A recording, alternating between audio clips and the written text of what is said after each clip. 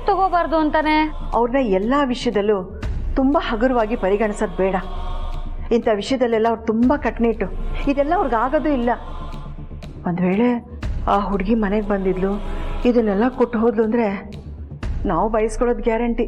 ಮತ್ತೆ ನೀವೇ ಅವಳನ್ನ ಮನೆ ಒಳಗಡೆ ಕರೆದು ಉಪ್ಪಿಟ್ಟು ಕಾಫಿನೆಲ್ಲ ಕೊಟ್ಟು ಅರ್ಶಿನ ಕುಂಕುಮನೂ ಕೊಟ್ಟು ಆಗಾಗ ಮನೆಗೆ ಬರ್ತಾ ಇರಮ್ಮ ಅಂತ ಹೇಳಿದ್ರಲ್ಲ, ಅದು ಸರಿನಾ?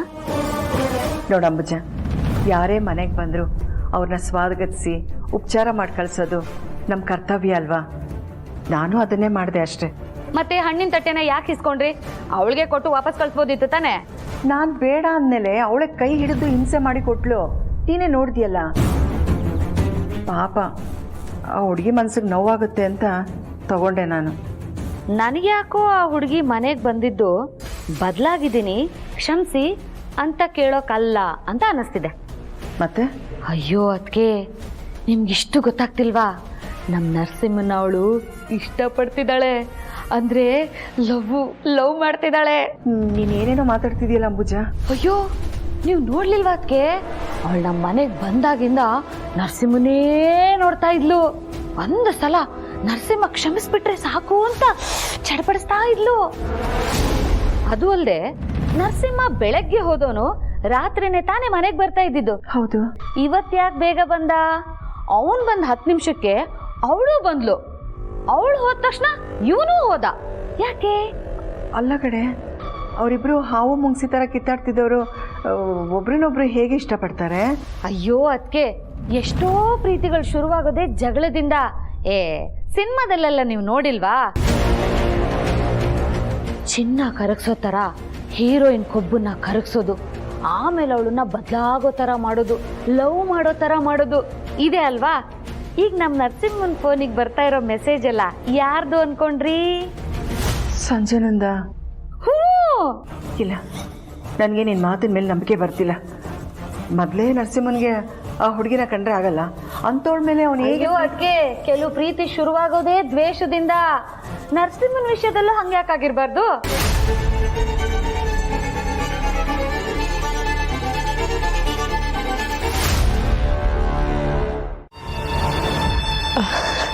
ಹಾಗೆ ನೋಡಿದ್ರೆ ರಾಹುಲ್ ವಿಷಯಕ್ಕೆ ನಾನು ಯಾವತ್ತೂ ಅಳಲ್ಲ ಅಂತ ನಿಮ್ಮ ಹತ್ರ ಪ್ರಾಮಿಸ್ ಮಾಡಿದ್ದೆ. ಇವತ್ತದನ್ನ ಮುರಿದ್ಬಿಟ್ಟೆ. ನೀನು ಇನ್ನೂ ಅವನ್ನ ಮರ್ತಿಲ್ವಾ?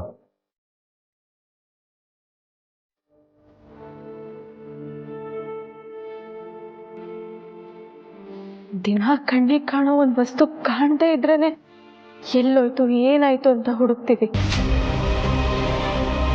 ಅಂಥದ್ರಲ್ಲಿ ಮರ ಕಟ್ಟಿರೋ ಬೇರಿನ ಥರ ನನ್ನ ಮನಸ್ಸಲ್ಲಿ ಅಷ್ಟು ವರ್ಷದಿಂದ ಅಚ್ಚಳಿದೆ. ನೆಲೆ ಊರಿರೋ ಅವನನ್ನು ನಾನು ಹೇಗೆ ಮರೀಲಿ? ಅಲ್ಲಮ್ಮ,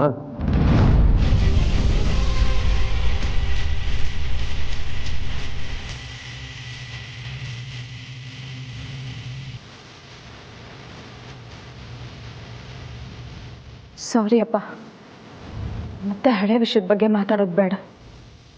ಇದನ್ನ ಇಲ್ಲಿಗೆ ಬಿಟ್ಬೇಡ.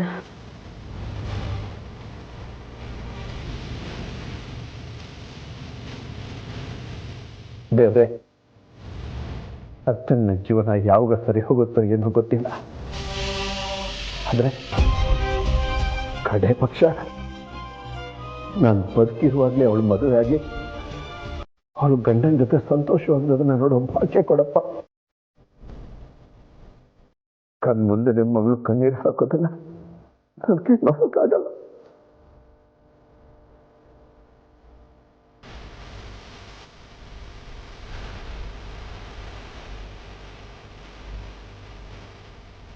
ತಮ್ಮ ಕಣ್ಣೆದ್ರಿಗೆ ತಮ್ಮ ಮಕ್ಕಳನ್ನ ನೋವಲ್ಲಿ ನೋಡೋದನ್ನ ಯಾವ ತಂದೆಗಾದ್ರೂ ನೋಡೋಕ್ಕಾಗಲ್ಲ. ಹೇಗಾದರೂ ಮಾಡಿ ಅರ್ಚನಾ ಅಕ್ಕಂಗೆ ಸಮಾಧಾನ ಮಾಡಬೇಕು. ಏನಿಲ್ಲ ಚಿರು, ಲೆಟ್ಸ್ ಸ್ಟಾರ್ಟ್. ಸೌಂದರ್ಯ, ಅಣ್ಣ ಇನ್ನೂ ಬಂದಿಲ್ವಲ್ಲ? ಕರೆಕ್ಟ್ ಅಲ್ಲ? ಇದು ತುಂಬ ಇಂಪಾರ್ಟೆಂಟ್ ಬಿಸ್ನೆಸ್ ಡೀಲ್ ಅಲ್ವಾ ಚಿರು? ಅದಕ್ಕೆ ಮಾವನು ಬರಲಿ ಅಂತ ನಾನೇ ಹೇಳಿದೆ.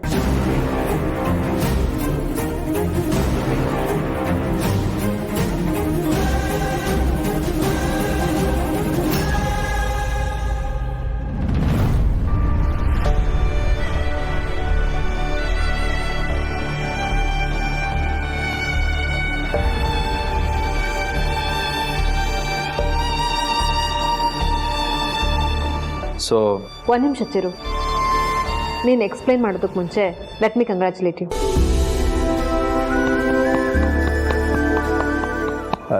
ಕಂಗ್ರಾಟ್ಸ್ ಚಿರು.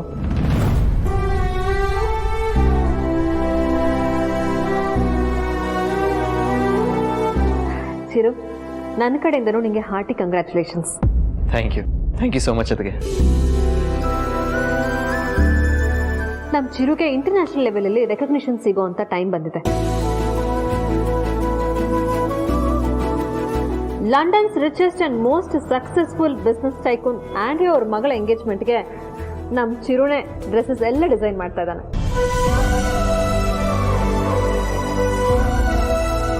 ಇದು ಇಂಟರ್ನ್ಯಾಷನಲ್ ಸೆನ್ಸೇಷನ್ ಆಗೋದ್ರಲ್ಲಿ ಡೌಟೇ ಇಲ್ಲ. ಈಗಾಗಲೇ ಕೆಲವು ಔಟ್ಫಿಟ್ಸ್ನ ಕಳಿಸ್ಕೊಟ್ಟಿದ್ದೀವಿ.